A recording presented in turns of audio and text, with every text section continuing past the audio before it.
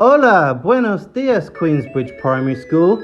It's Mr. Clark here, and we are back with a brand new episode of PODQUEENS. You will note the change of name after one of our dear listeners wrote in with a suggestion. Thank you, listener. Last week, we learned all about happiness from our guest, Dr. Ashley.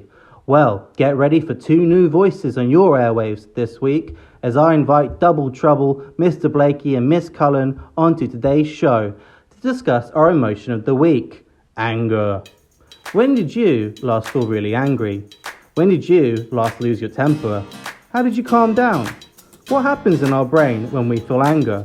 Get ready to listen, get ready to learn. It's Queensbridge, it's a podcast, so you're listening to PODQUEENS.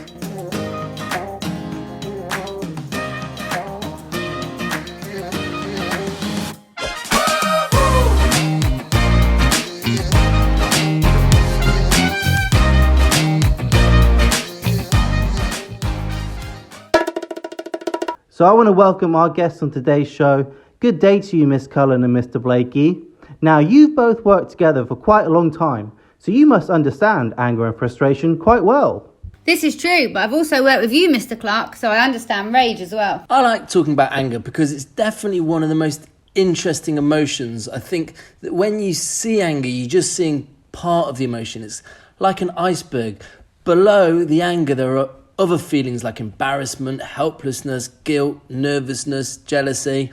And that's why I think people don't like talking about anger, because it can make them feel guilty. But everyone gets angry, and it's healthy. And that's why we're here today, to celebrate and understand all of our emotions. So, Miss Cullen, I know you know a lot about the biology side of what makes us angry. I'm sure our listeners would love to know what happens in our bodies when we get angry. Well, it's very interesting because anger prepares your body for action. So when you hear or see something you don't like, your brain tells your body to make stress hormones.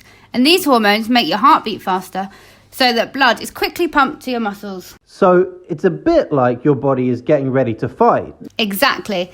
And then this tough fight hormone is released and your muscles tense up. Your body becomes really hot and your face can even go red. That's why we get the phrase seeing red. Anyway, you'll most probably start frowning and then your pulse will start to increase. You'll start to talk or shout really fast and it won't be a pretty sight to witness.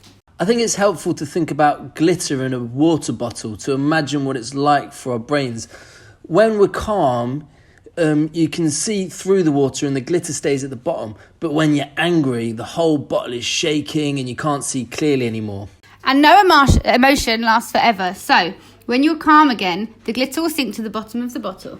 And in real life, your body will feel exhausted and you'll feel tearful. And that's because the stress hormones are leaving your body. So I know everyone can understand what it's like to be angry, but what are some tips you would give to helping us deal with that emotion? Sometimes it can be useful to think of all the different things that make you angry. For me, it can be all sorts. When the world seems unfair like now, or when the football team I support concedes a goal, or someone could be continually tapping a pen or the dripping of a tap.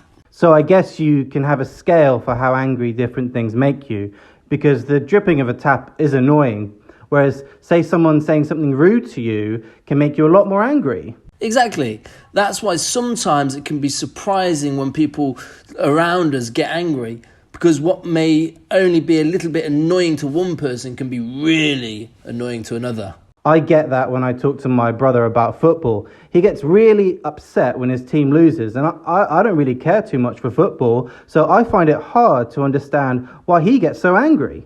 Well, I'm the same as your brother. When my football team loses, and they lose a lot, I'm helpless, and my anger, it's like a pantomime. I hold my head in my hands, I shout, I kick the floor, I slump in my chair, I cross my arms and I sulk. Sometimes it's harder to break out of, and my family gently tease me till I get home.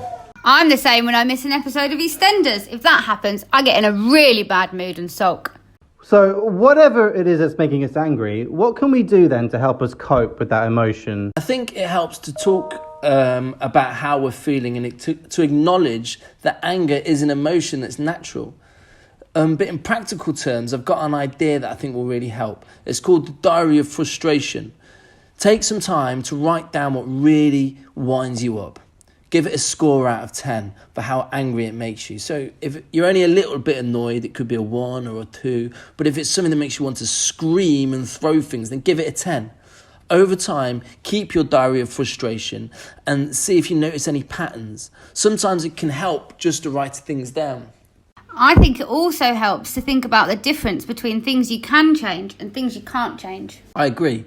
At the moment, it feels like there's nothing I can do and the world seems unfair, like it does now. We're all stuck indoors and we're all doing what we can. I've got 2 young children. One is 4 today and the other one is a year and a half. My wife and I have responsibilities for their learning whilst the schools are shut, as many parents around the world are doing.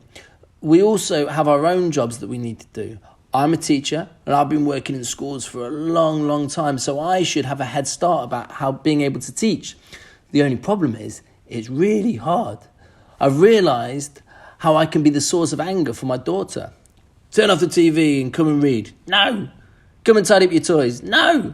She wants to play, and so she should. Then I have all the other areas of life that can make me angry. On top of that, I can't do the things that help me calm down, like walking away from a situation or meeting up with friends. We're all stuck in a situation. Children are making parents angry, and parents are definitely making children angry. I guess that's why it's important we're able to talk through our feelings and to be able to say sorry for when we've gotten angry and maybe said things we wish we could take back. Yes, and I think that when you get a chance to talk about it with the people in your house, tell them the problem and what you thought that you could do to fix it. Be honest with yourself, and if you're in the wrong, say sorry. You can catch people by surprise and say, sorry, I was in the wrong and this is how I thought about fixing it. I'm rubbish at doing it. If you can't be sorry, then be kind. Find a time in the day to do something nice for someone. You can also practice your breathing. If you get cross, just count to 10 and take some deep breaths. I also think people can feel happy by maybe telling jokes. So I've got a good joke for you both. Knock, knock. Who's there? Boo. Boo-hoo. Don't cry, it's just a joke. So don't forget to keep your diary of frustration. And also to say sorry when you're in the wrong. I've actually got more jokes if you want to hear them. It's been great talking to you, Queensbridge.